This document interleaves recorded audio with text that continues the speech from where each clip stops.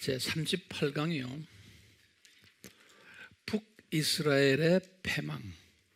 이 순간이 뭐냐면 영적 초급 대학기로 접어들었다 보세요. 그래서 나중에 이제 586년에 남왕국이 이제 패망하게 되잖아요.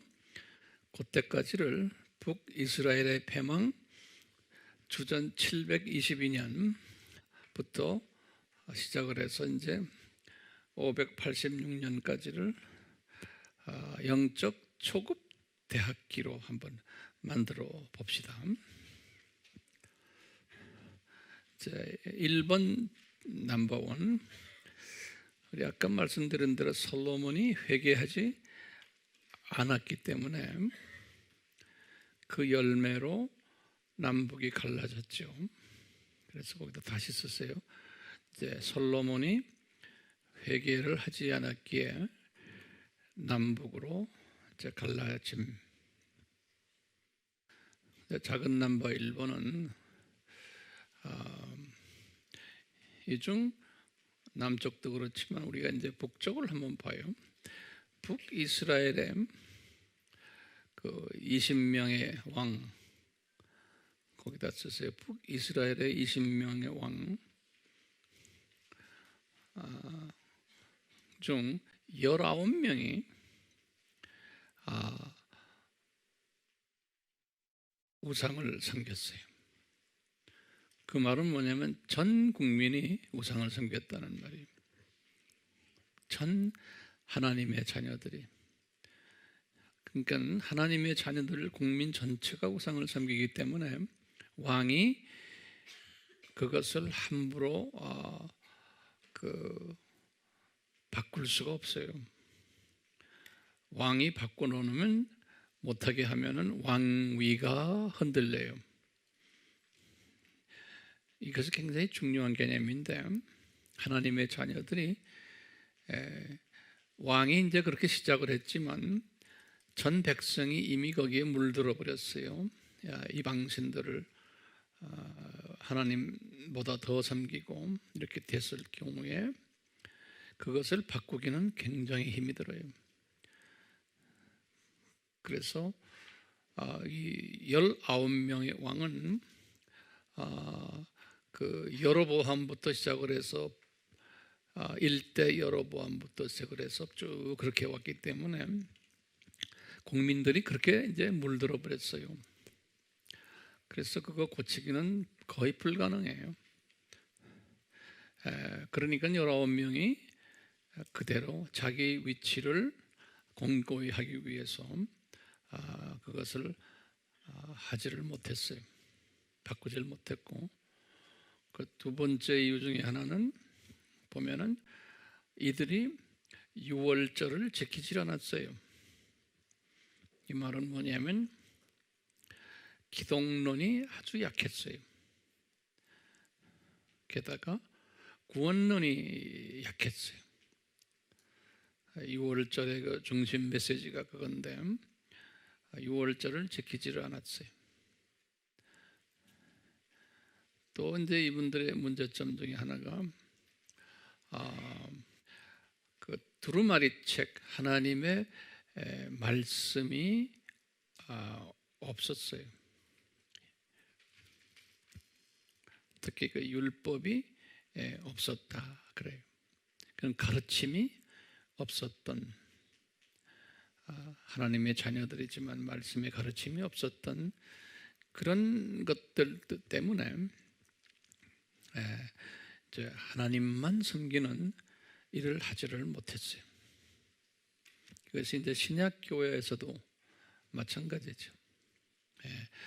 그 교인 숫자는 많은데 크리스찬들은 여기저기 많은데 이런 부분이 약하면은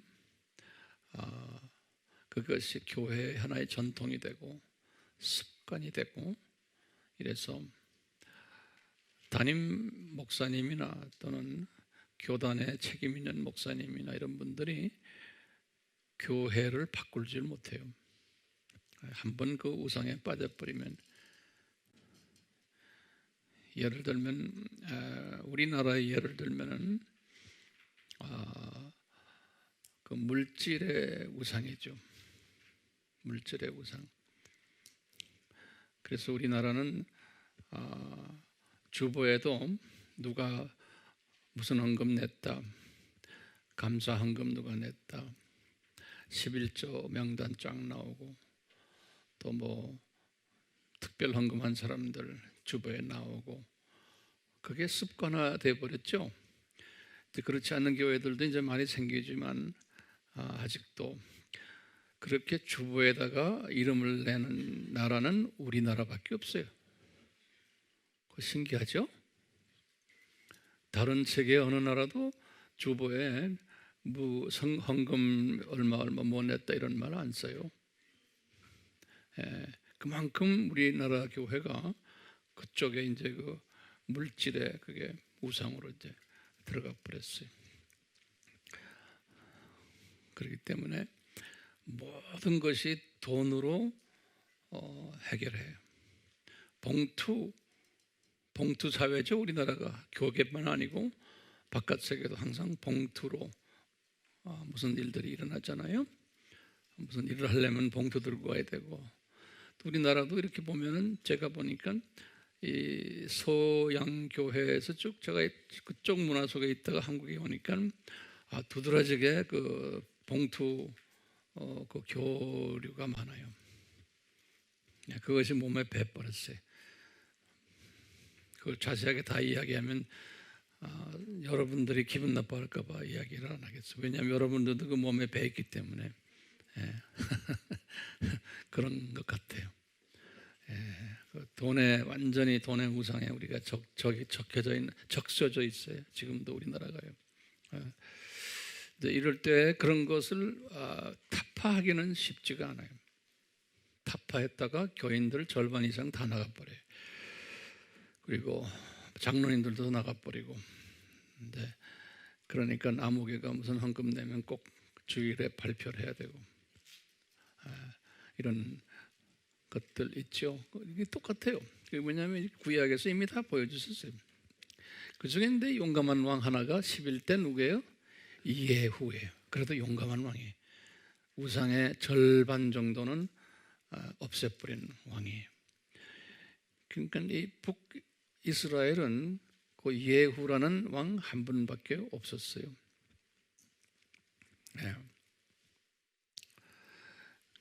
그랬다 보니까 이제 20대가 됐을 때 20대 왕, 20대니까 숫자를 주님이 아마 채우셨던 것 같아요. 20이라는 숫자를. 남쪽도 20 아니에요? 똑같이 그 10 더하기 10 하니까 완전 온전수 10 같아요. 이 교육 시스템이기 때문에 이게 지금 그 숫자가 아주 정확하게 10이라는 더블 10을 하나님이 사용하시는 것 같아요. 그래서 20대 우리가 지난번에 배웠지만 왕 이름이 누구죠? 호세아 왕이에요. 그래서 지난번 그 제가 테이블 디너잖아요. 그 테이블을 노트에서 다시 꺼내가지고 이렇게 한 손에다 집어넣고 보시면서 우리가 이렇게 봅시다. 그날 참석 대개 다 했으니까요. 40명의 그 남북 왕들 그런 제목으로 우리 했죠. 거기에 보시면은 그 이스라엘 쪽으로요. 20대 왕이 누구죠? 호세아예요. 그러면요, 그 호세아의 연도가 어떻게 되죠? 732년에서 722년이죠. 거기 보이죠? 거기다 722년에다가 줄을 그어놓으세요. 그 해에 누구한테 그 망했어요? 아스리아의 임금이 뭐죠? 샬만에셀이라는 왕을 하나님이 불러서요. 그분의 그 성경 구절이 열왕기하 17장 3절, 정확하게 17장 3절이 17장 전체가 그 이야기거든요. 17장 3절이 722년 주전 722년 사건이에요. 아, 그러니까 이 이스라엘을 훈련시키는 거 보면 10개 지파예요. 그건 하나님의 자녀들의 거의 대부분이에요. 10개 지파를 훈련시키는데 그 10개 지파가 다 우상을 섬겼다는 거예요. 그러니까 창조 목적에서 어긋나는 행위를 했다는 거예요. 이것은 그냥 우연이 아님을 우리가 여러 번 제가 강조했어요. 이런 일들이 이제 신약에서 이제 일어날 것을 예표로 말씀했잖아요. 이런 일이 북쪽에서 일어날 때 이 아수르라는 하나님이 특별히 강하게 만든 제국을 지금 사용하시는데 이런 일이 일어날 때 이 옆 아래에 있는 남유다는 어떤 일이 일어났나 우리가 볼 수 있어요. 남유다는요. 지금 우선 남유다는 그 옆에 보면 그 당시에 남유다의 왕이 누구였나요? 그 테이블 보세요. 누구예요? 몇 대 왕의 12대 아하스죠. 그거 꼭 적어 놓으세요. 이제 남유다는 12대 아하스 왕이에요. 요분은 주전 735년에서 715년에까지 재임했으니까 지금 722년이 북쪽에서 지금 혼쭐이 난 해예요. 그러니까 이 왕은 남쪽에서 그것을 다 보고 계셨겠어요? 안 보고 계셨겠어요? 다 알고 있었어요. 남쪽에서요. 그런데도 이분은 우상을 예루살렘 성전에도 가득 우상을 놓고 그 다음에 산당도 산에다가 다 지어놓고 떳떳하게 우상을 섬기고 있었던 왕이에요. 요 아하스 왕이에요. 그걸 보고 있었어요. 그때 이제 이스라엘 쪽은 어떤 일이 있었냐? 이제 19대 왕이에요. 다시 말하면 아까 우리 그 호세아는 20대죠. 그 전 왕 때의 모습을 조금 보면요. 이제 성경 구절을 먼저 드릴게요. 열왕기하 15장에서 27절에서 31절까지 거기 스토리가 나와요. 열왕기하 15장 27절에서 31절까지 스토리가 나오는데요. 거기에 한번 열어봐 주시면요. 한번 참고로 열어봐 주세요. 이 스토리는 지금 20대 왕 때 아수르에 의해서 망했잖아요. 망하기 직전에 그 19대 왕 페카라는 왕이에요. 19대 왕. 그 페카. 제가 그 도표에서도 드렸어요. 752년에서 740년 또 740년에서 732년 다시 말하면 752년에서 732년까지 약 20년간 왕 노릇하면서 우상을 엄청나게 섬겼던 왕이에요. 지금 북이스라엘의 19대 왕, 그 왕이 하는 행동을 그 왕이 당하는 모습이 열왕기하 15장 27절에서 31절에 기록이 되어 있어요. 그 기록 내용을 제가 잠깐 말씀드리면은 이 페카 왕 때 이미 아수르 제국이 침공을 했어요. 이제 페카 왕 때 그때 그 왕 이름이 다른 왕이에요. 발음이 힘들어요. 티글랏 필레셀 성서에 보면 나와요. 티글랏 필레셀 왕이 침공했어요. 그래가지고 백성들을 다 사로잡았어요. 그러니까 10지파의 하나님의 백성들을 다 이분이 사로잡아서 본국으로 포로로 다 데려가 버렸어요. 그래서 국가가 지금 엉망이 됐을 때 요 내정의 분란이 일어났어요. 어떤 내정 분란이 일어났냐면 호세아라는 사람이 지금 나오는 20대 왕이에요. 그 사람이 소위 페카 왕을 모함해가지고 그 사람을 쳐 죽여버렸어요. 호세아가 그래가지고 자기가 20대 왕이 된 거예요. 그리고 나중에 본인도 그냥 형편없이 되어버린 이야기가 이제 나오는데요. 이런 나라가 아주 하나님의 백성의 나라가 이렇게 되어버렸어요. 우상섬기는 일 때문에, 다 창조 목적에 위배하는 일 때문에. 이렇게 해가지고 722년 이후에 어떤 일이 일어났나요?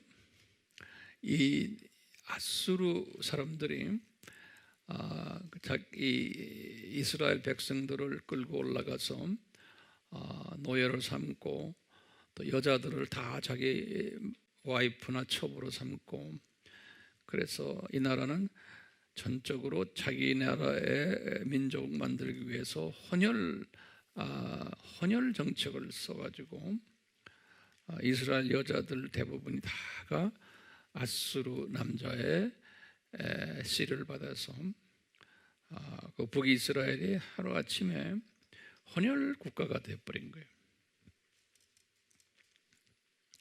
이것을 이제 사마리아 사람들이라 그러잖아요. 우리 공부했죠. 사마리아 사람들이 돼서 나라도 사마리아가 되어버린 거예요. 지금도 사마리아가 되어버린 거예요. 이 사마리아라는 그 영적 의미는 하나님의 자녀들이 소위 혼합된 거죠. 하나님의 자녀들이 사탄의 자녀들과 혼합되어 버린, 이제 피도 혼합됐지만 사상도 혼합이 되고 모든 것이 혼합된 것.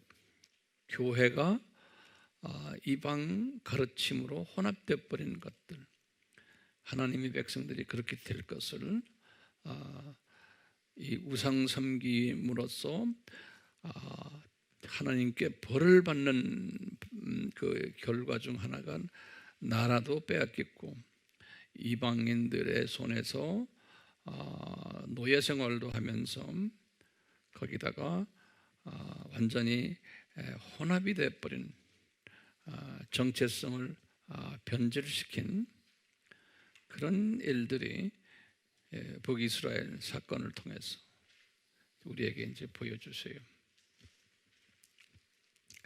그런데 이 아수르가 북이스라엘을 공격을 한 후에 계속해서 남쪽 유다 지방을 공격하려고 계획을 짜갖고 공격을 시도를 여러 번 했는데 어쩐지 그 공격이 성공치를 못해요. 남유다를 점령을 못하는 거예요. 그 예수님께서 그 남유다를 보호하고 계신 거예요. 왜냐하면 하나님의 때가 아니었기 때문에, 남유다가 망해야 되는 때가 아니었기 때문에 그런 걸로 보고 있어요. 그래서 때가 언제였어요? 586이에요. 그렇죠? 그러니까 136년 이후에요. 우리가 남북 문제 이렇게 봐도 앞으로 100년, 136년 후에 통일된다고 생각하면 그것도 아찔하죠? 예? 그렇지만 하나님의 입장에서 보면 뭐 100년이 별거 아니지만 그런 것 같이 아직 아무리 아수르가 잡아먹으려고 해도 안 잡히는 거예요. 예. 그 이유를 제가 나름대로 한번 내 스스로가 제가 지금 발견해냈어요. 그것이 뭐냐면 유다 지방의 왕들의 모습 때문에 그런 거예요. 그 아하스가 아까 봤죠. 지금 요 호세아 사건을, 이스라엘의 호세아 사건을 본 유다 왕이 누구예요? 아하스 왕이에요. 12대 같은 시대에 살고 있었던 아하스 왕이에요. 근데 아하스 왕이 그 사건을 보고도,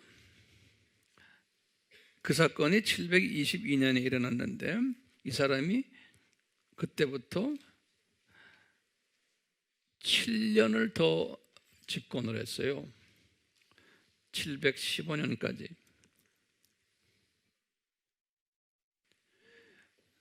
그런데도 가만히 놔두셨어요. 주님께서요. 그 아수르에서 보호시키셨어요. 그러다가 그 다음 왕이 그 유명한 히스기야 왕이에요. 히스기야 왕 13대.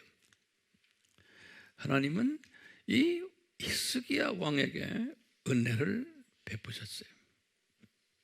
그러니까 이분이 잘나서가 아니고 유대 나라가 망하려면 앞으로 136년은 더 있어야 되는데 722년에서 그때까지 주님이 시간을 유예하는 기간이 필요한 거예요. 필요한 가운데 그 안에 우선 왕이 정신 차려야 되거든요. 그래서 히스기야 왕을 왕으로 삼으신 거예요. 715년에서 686년까지. 그러니까 이분이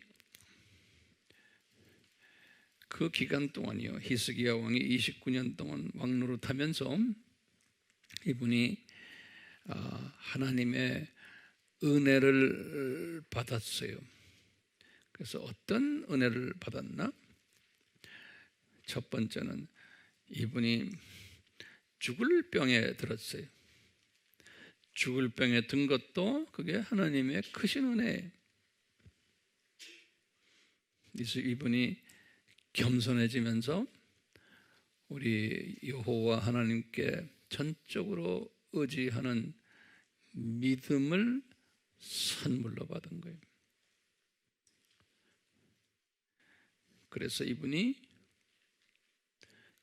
그 선물 받은 믿음으로 인해서 병이 완전히 낫고 생명도 몇 년 연장됐어요? 15년 연장한 거예요.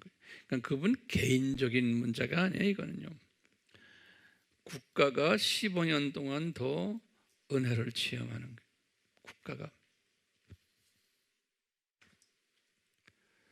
그래서 이분이 도합 29년을 왕위에 있었거든요. 이 사람이 심어놓은 이 선한 일 때문에 유대 나라가 은혜가 임하지 않았나 보고 있어요. 우리는 그냥 누가 좀 아프면은 히스기야처럼 연장해 주십시오, 뭐 이렇게 우리 기도하잖아요. 그거는 아주 지엽적인 이야기죠.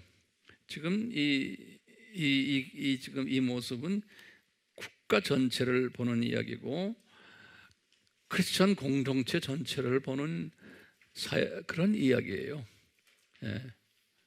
그렇다고 해서 개인 문제가 여기에 해당이 안 되는 게 아니고 개인 문제도 이 원칙대로 가면 되죠. 그럼 무조건 병 고쳐주십시오 보다도 저 우상 무너뜨리겠습니다, 이렇게 하면 히스기야에게 임했던 그 은혜가 분명히 임하겠죠. 네. 자, 이렇게 히스기야가 누구 때문에 이렇게 이 사람이 은혜를 받게 돼요? 북이스라엘 722년 사건을 보고서 이 은혜를 받게 되는 거예요. 그러니까 그런 사건이 북이스라엘이 있어줘야만 되는 거예요. 남유다가 은혜를 받으려면. 예. 그러나 항상 하나님께서는요, 참 신기한 게 히스기야가 이렇게 온전한 왕이었으면은 그 후손은 온전해야 되는데 성서에 보면 꼭 그 후손들은 온전치가 않아요. 왜 그러냐 보면은 후손이 하나님의 복을 그냥 쉽게 무료로 받으니까 아버지 때문에 그 후손들이 그 은혜가 아버지에게 베푼 은혜가 후손들에게 잘 내려가지 않는 것 같아요. 근데 항상 우리 기도가 그렇죠. 우리에게는 나에게는 이것이 좀 예외가 됐으면 좋겠습니다 라고 우리는 기도하죠. 그렇게 기도하세요. 네. 후손들에게는 잘 안 내려가는 걸 볼 수 있어요. 그 다음 14대를 보면 므낫세, 이 므낫세도 형편없는 왕이었거든요. 아버지하고 완전히 달라요. 그 다음에 15대 아몬하고 똑같이 형편없어요. 그러다가 이제 16대 와서 이제 그 유명한 요시야가 나오는 거예요. 이분에게 은혜를 베푸셨어요. 요시야 이분은 이분도 자기 두 왕들이 성경 말씀에도 관심이 없고 우상만 섬기고 이러니까 이분도 같은 그런 부류였는데 이분의 그 돕는 자들이 율법책을 발견한 거예요. 열왕기하 22장 8절에 이 율법책을 발견했는데 이건 크신 은혜죠. 이건 말씀을 이제 상고할 수 있는 기회가 된 거예요. 그러니까 이분이 하나님의 은혜가 있으니까 그 율법책에 대한 소중함을 깨닫고는 이분이 그 속에서 가르치는 유월절을 지키도록 명령을 한 거예요. 그게 요시야 18년에 용감한 왕이에요. 백성들에게 반대가 극성스럽게 많을 줄을 알면서도 용감하게 율법책을 보고는 이분이 왕 18년 됐을 때 이분이 유월절 지키도록 명령한 이야기가 나와요, 성경에. 그리고는 우상들 다 없애버리고 그런 용감한 왕의 모습이 성경에 보면 나와요. 열왕기하 23장 23절 그리고는 열왕기하 22장부터 23장 전체 두 장에서 이분 이야기가 많이 나와요. 열왕기하 22장 23장에서 요시야 왕. 그러면서 이제 우리 알다시피 유대 나라는 이 두 왕이 유대 나라 이 두 나라를 지켜왔었어요. 이 두 왕이. 그래서 어느 나라나 보면은 어느 민족이나 이런 두 왕들이 있어요. 꼭 있어요.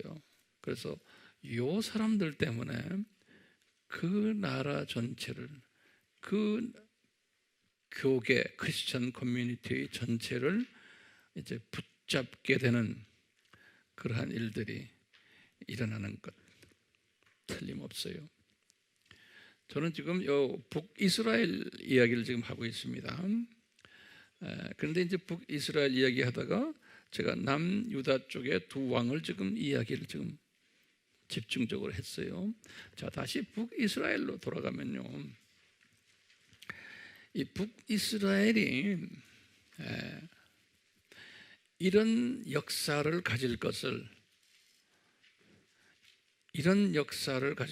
왕들이, 그러니까 20명의 왕이 이런 식으로 갈 것을 미리 다 예정하시고 선지자들을 통해서 예언하시고 경고하셨어요.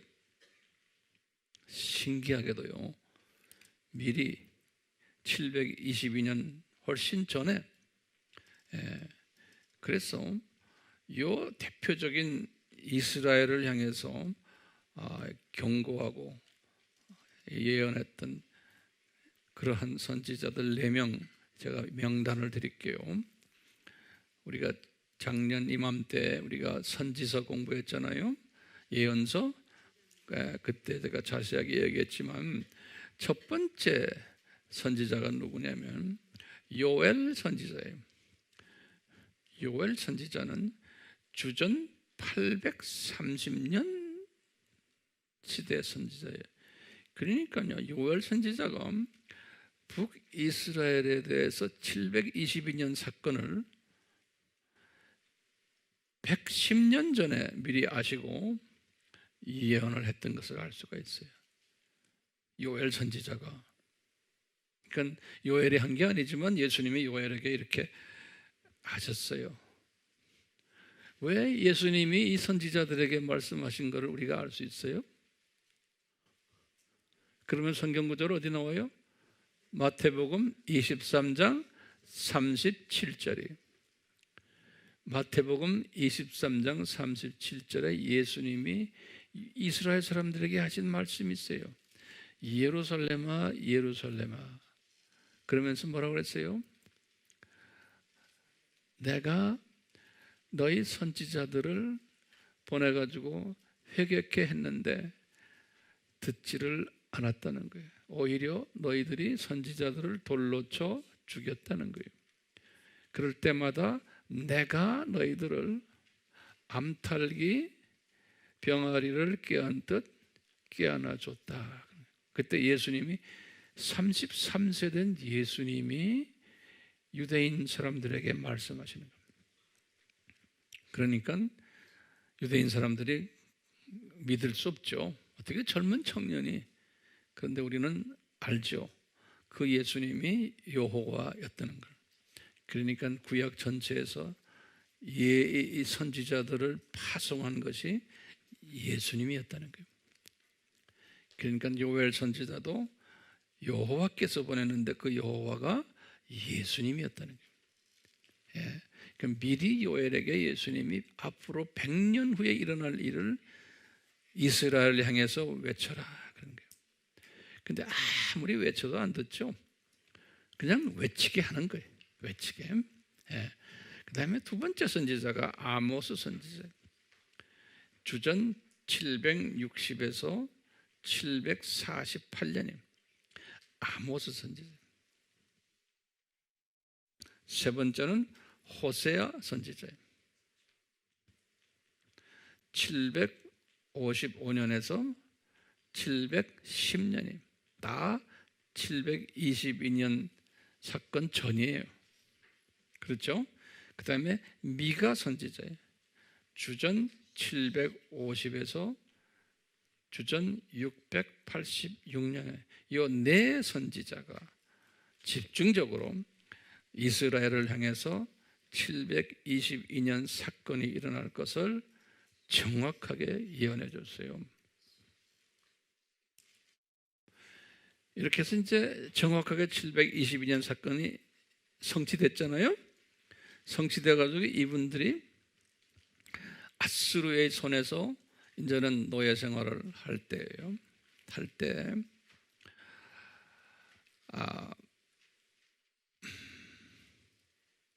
636년에 722년에 노예가 됐잖아요.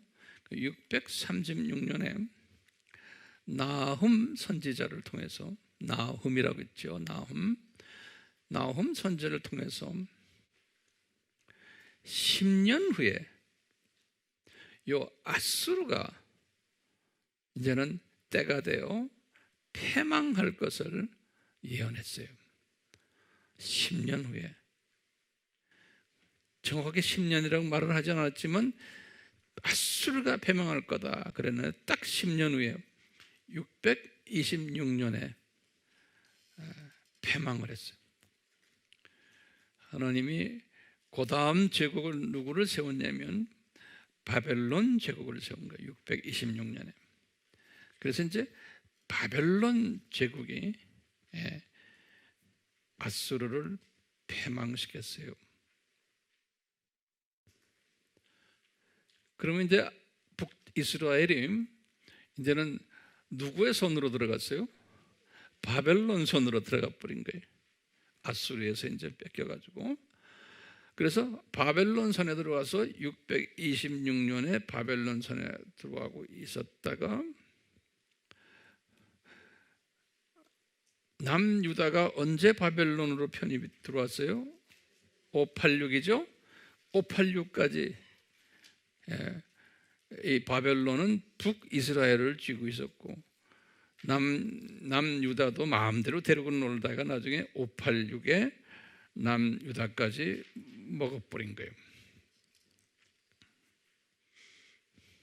그러다가 우리가 이제 다음에 또 보겠지만 이 바벨론이 남유다를 이제 훈련시키는 또 제국으로, 바벨론도 이스마엘 후손들이에요. 또 주님이 들어서 쓰시는 이야기가 곧 나와요. 그러다가 이제 때가 돼가지고 바벨론도 또 때가 돼서 망하게 하는 거예요. 그래서 누구 손에 들어가냐면 페르시아 제국으로.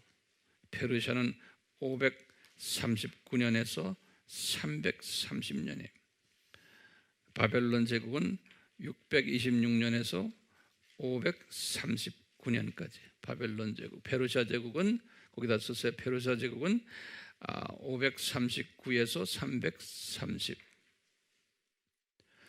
바벨론 제국은 626년에서 539년. 그 다음에 하나 더 적으면 페르시아 제국이 끝나면서 페르시아 제국이 이스라엘을 많이 도왔어요. 그래서 나중에 이제 제2성전을 짓도록 도와줬는데, 그 다음에 이제 그리스 제국이 떠나죠. 그리스 제국이 알렉산드리안 엠파이어라고 그러죠. 그것이 330에서 63년까지. 그리고 그 다음에 이제 로마 제국이 나타나는 거예요. 로마 제국이 63년에서 주전, 중에서 주후 476년까지. 이 제국들을 예수님이 다 일으키셔가지고 하나님의 자녀들을 창조 목적 훈련을 시키는데 사용하세요. 이 제국들을. 오늘날도 마찬가지고. 이렇게 해서 지금 이 시간에는 저희들이 북이스라엘이